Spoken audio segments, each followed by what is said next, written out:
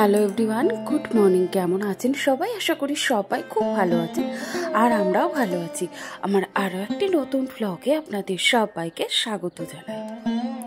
সামনেই মা দুর্গা আসছেন, আর সবাই আমি জানি যে সবার বাড়িতে এই সমস্ত কাজগুলি প্রায় শেষ।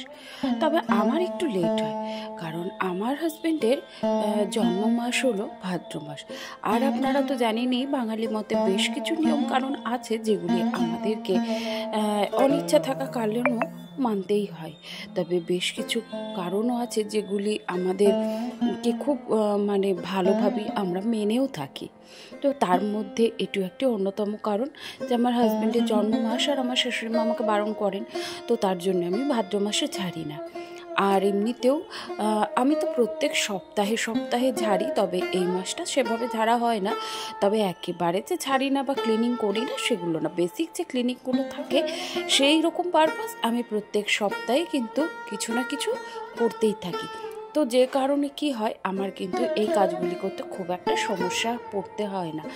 আর দেখবেন, প্রতিদিনকার কাজ যদি আপনি প্রত্যেক দিন করে রাখেন, তাহলে আপনাকে সেরকমভাবে অপ্রস্তুত পড়তে হয় না।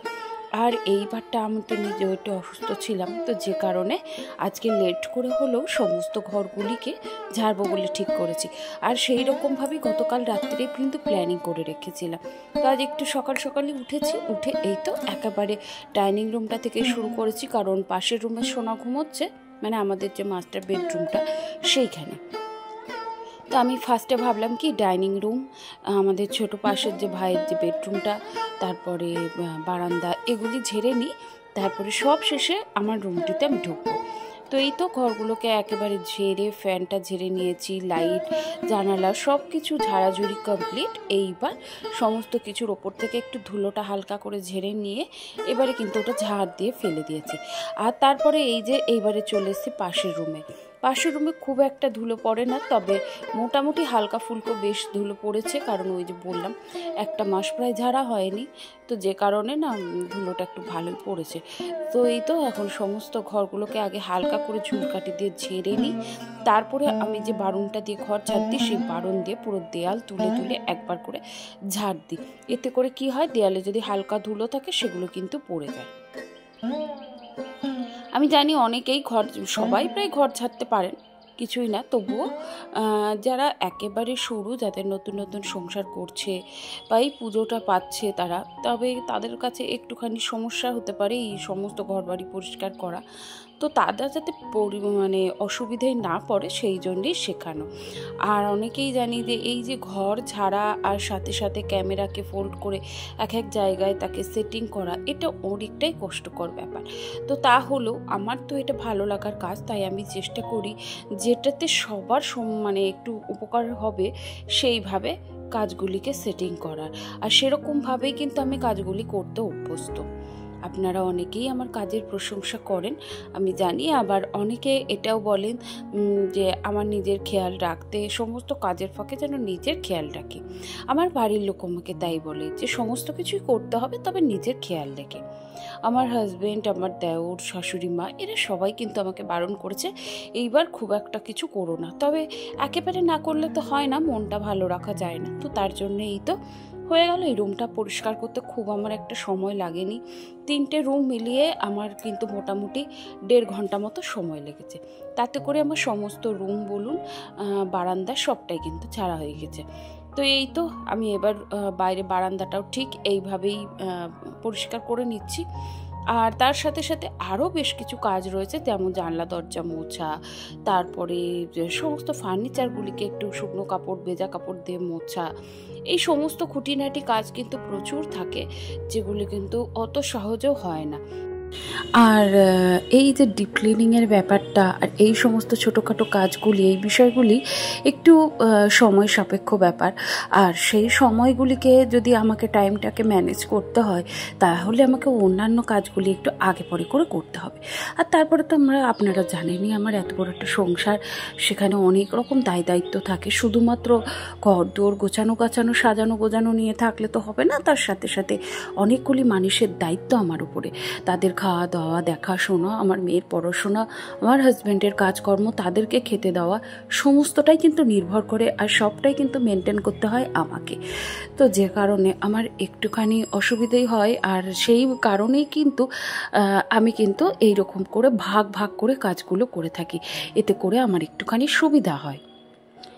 জানেন, আগে যখন আমি ঘরদোর ঝাড়তাম, মানে যখন প্রথম প্রথম শ্বশুরবাড়িতে আসি, তখন দুটো ঘর ছিল বটে, ওই যে পুরনো ঘরগুলি দেখছেন ওইগুলি। তবে ওই ঘরগুলোতে ভীষণ পরিমাণে নোংরা হতো।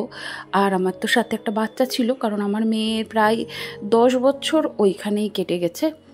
তো বিয়ের পরপর যখন ও হয়নি তখন কিন্তু ঠিকঠাকই ছিল, করতাম সারা দিন ধরে কাজকর্ম করতাম, আর শাশুড়িমা রান্না করতেন। কিন্তু তারপরে যত দিন যায়, সোনা হওয়ার পর থেকে আস্তে আস্তে দেখা যায় কি ওকে দেখাশোনা, খাওয়া দাওয়া সমস্ত কিছু মেনটেন করে ঘর দোরগুলো ঝাড়তে গেলে আমাকে দেখা হতো কি দুপুরবেলায় খাওয়া দাওয়া করে সে বিকেল টাইমে করতাম। তো তারপরে করে সেই একদম সন্ধ্যাবেলায় স্নান টান করে না, তখন খুব শরীর খারাপ করতো। তো ওই কারণে আমি সেই সময় থেকেই ভেবে রেখেছি টাইমগুলোকে ম্যানেজ করে এইভাবে কাজের ফাঁকে ফাঁকে কাজগুলি করব। তাই প্রতিদিনই কিছু কিছু অল্প স্বল্প করে আমি করতেই থাকি, এতে করে ধুলোটা একটু কম পড়ে আর ঘরের মধ্যেও যেন ভালো লাগে। আর কাজগুলি, নিজের কাজগুলিকে কিভাবে কমাতে হবে, নিজেকে কী করে ভালো রাখতে হবে, সেই চেষ্টা শুধুমাত্র আপনাকেই করতে হবে। শ্বশুরবাড়িতে এসে কেউ বলে দেবে না যে আপনার কাজ আপনাকে কোন সময় করতে হবে। ব্যাস এটাই ঠিক যে কাজগুলি কিন্তু আপনাকেই করতে হবে, এটাই কিন্তু সবার কাছে মূল ভূমিকা। কিন্তু কখন কি করবেন সেটা আপনাকে বার করতে হবে। তো যাই হোক, অনেকগুলি কথা বলে ফেললাম। শুধুমাত্র বললাম যারা আমার যে সমস্ত দিদি বোনেরা আছে যারা নতুন সংসার করছে তাদের জন্যে। আর পুজো তো আমাদের বাঙালিদের কাছে একটা বিশেষ গুরুত্ব রাখে, সর্বশ্রেষ্ঠ পুজো। তো যে কারণে সব থেকে বড় পুজো হলো দুর্গাপুজো। দুর্গাপুজোর আগেই কিন্তু আমরা চেষ্টা করি সমস্ত ঘর বাড়ি ডিপ ক্লিনিং করে একবারে ঝকঝকে তকতকে। শুধুমাত্র নিজেরাই যে জামা কাপড় পরে সাজি তা নয়, নিজেদের সাজাই, তার সাথে সাথে নিজেদের ঘর বাড়িও সাজিয়ে গুছিয়ে রাখার চেষ্টা করি। আর আমি শুধু মনে করি এই জিনিসটা শুধু দুর্গাপুজো না, প্রত্যেক দিন বাড়ির প্রতিটি কর্নার যেন পরিষ্কার পরিচ্ছন্ন থাকে। তাতে করে কিন্তু আমাদের বাড়ির প্রত্যেকটা সদস্য কিন্তু ভালো থাকবে এবং নিজেও কিন্তু ভালো থাকা যায়। তবে জানি না, পছন্দটা যার যার নিজস্ব ব্যক্তিগত বিষয়, তবে আমার কিন্তু ভীষণ ভালো লাগে। আর একটা বিষয় কি জানেন, ছোটোবেলা থেকে মাকে দেখেছি, আমাদের যেহেতু রেন্ট হাউসে আমরা থাকতাম, তো যে কারণে আমি আর মা কী করতাম, এইভাবে 15 দিন পর পর কিন্তু ঘরদোর ঝেড়ে ঝুড়ে পরিষ্কার করে নিতাম। আর সেটা করতে কিন্তু বেশি খুব একটা পরিশ্রম হতো না, ওই সারাদিনে আধ ঘন্টা 1 ঘন্টা হলেই কিন্তু হয়ে যেত। তবে মায়ের সাথে আমি হেল্প করতাম, তখন আমি অনেকটাই ছোট ছিলাম, এরকমভাবে পারতাম না। তবে মাকে দেখতাম এই রকম করেই কিন্তু মা ঘরদোর ঝাড়া ঝুড়ি পরিষ্কার পরিচ্ছন্ন করা এটা করতো, প্রত্যেকটা মাসেই কিন্তু আমাদের হতো। শুধুমাত্র যে এই সময়টা তা না। তো সেখান থেকেই মায়ের কাছ থেকে কিছু শিক্ষা পাওয়া, আর সেইগুলোকে কেন্দ্র করেই এখন কিন্তু অনেকটাই শিখে গেছি। যখন নতুন নতুন সংসার করতে আসি তখন কিন্তু এই বিষয়গুলি পারতাম না, আর যে কারণে আমাকে অনেকের কাছে অনেক অপ্রস্তুত হতে হয়েছে। তবে বয়স বাড়ার সাথে সাথে যত দিন গেছে তত কিন্তু আমার মধ্যে আমি ম্যাচুরিটি দেখতে পেয়েছি। আমি নিজের মধ্যে নিজের চেষ্টায় নিজের সমস্ত কাজগুলিকে গুছিয়ে একা হাতে করতে শিখেছি। আসলে দেখবেন আমাদের চারপাশটা যেরকম তার উপরেই কিন্তু নির্ভর করে আমাদের স্বভাব এবং পরিস্থিতিটা, তাই না? স্বভাব চরিত্র কিন্তু তার উপরেই নির্ভর করে। চারপাশে সমস্ত কিছু যদি ভালো হয় তাহলে দেখবেন সবটাই ভালো। আমরা কিন্তু খুব কম সংখ্যক মানুষকেই দেখি বা বলি কোনো কিছু কেউ যদি না পারে তখনই কিন্তু তাদের নিয়ে আমরা আলোচনা শুরু করি, কিন্তু কখনোই ভাবি না যে এই বিষয়গুলি একদিন না একদিন সব কিছু একটা মেয়ের নিজের মধ্যেই কিন্তু চলে আসে। তাই এখন ভাবি যে আমি একটা সময়ে কত অপ্রস্তুতে পড়তে হয়েছে, তবে এখন দেখুন, এখন আর সেরকমটা কেউ নেই। দিন বদলেছে, সব কিছু বদলেছে, আর সেই সাথে সাথে কাজের গতিও বদলেছে। আর এই কাজগুলি তখন কিন্তু আমার কাছে খুব কষ্টকর ছিল, তাই এই কাজগুলি আস্তে আস্তে আমার এই সংসারের এই কাজগুলি একটা চলমান প্রক্রিয়া হয়ে গেছে, আর যেটা ধীরে ধীরে আমার অভ্যাসে পরিণত হয়ে গেছে। আর এই যে ঘর বাড়ি পরিষ্কার করা, পরিচ্ছন্ন রাখা, ঘরের প্রতিটি কর্নার পরিষ্কার করা, তার সাথে সাথে বাড়ির সকলের খেয়াল রাখা, এই সমস্ত কিছু আমার বহু বছরের অভ্যাস হয়ে গেছে। তো যাই হোক, আপনাদের সামনে দেখতেই পেলেন খুব বেশিক্ষণ সময় লাগেনি। 1.5 ঘন্টার মধ্যে আমার সমস্ত ঘরদোর, 3টে বেডরুম, মানে 2টো রুম, একটা ডাইনিং রুম, বারান্দা সমস্তটা করে নিয়েছি। ঘরদোর ঝাড় দিয়ে মুছে পরিষ্কার করে ঝেড়ে ঝুড়ে পুজোর আগে একদম আমার এই রাজপ্রাসাদকে সাজিয়ে নিয়েছি।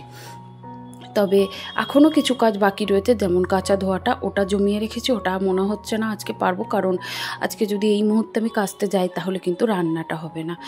আর আজকে আবার আমার হাজব্যান্ড কাজে রয়েছে, তো যে কারণে চট করে চা খেয়ে, মা চা করেছিল, চা খাওয়ার পরে এই তো বাজারে গিয়েছিলাম, আর বাজার থেকে মাছ এনেছি। অনেক দিন ওল খাওয়া হয় না, মানে ওলটা সাধারণত আমাদের বাড়িতে সেদ্ধই হয়ে থাকে, তবে এইভাবে রান্না খুব কমই হয়। তবে আজকে ইচ্ছে হলো একটু চিংড়ি মাছ দিয়ে করব। আর চিংড়ি মাছটা বাজারে গিয়ে দেখলাম অনেকটাই কমে, তবে আমি পুরোটা সেট করে রেখেছিলাম না যে আজকে ওলকে আর কি তরকারি করব, ভেবেই রেখেছিলাম ওলটা সেদ্ধ দিয়ে দেবো, মানে যতটা কম সময়ের মধ্যে পারা যায়।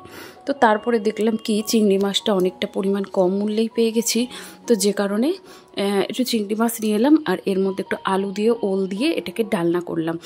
আর এটা খেতে কিন্তু অসম্ভব সুন্দর হয়।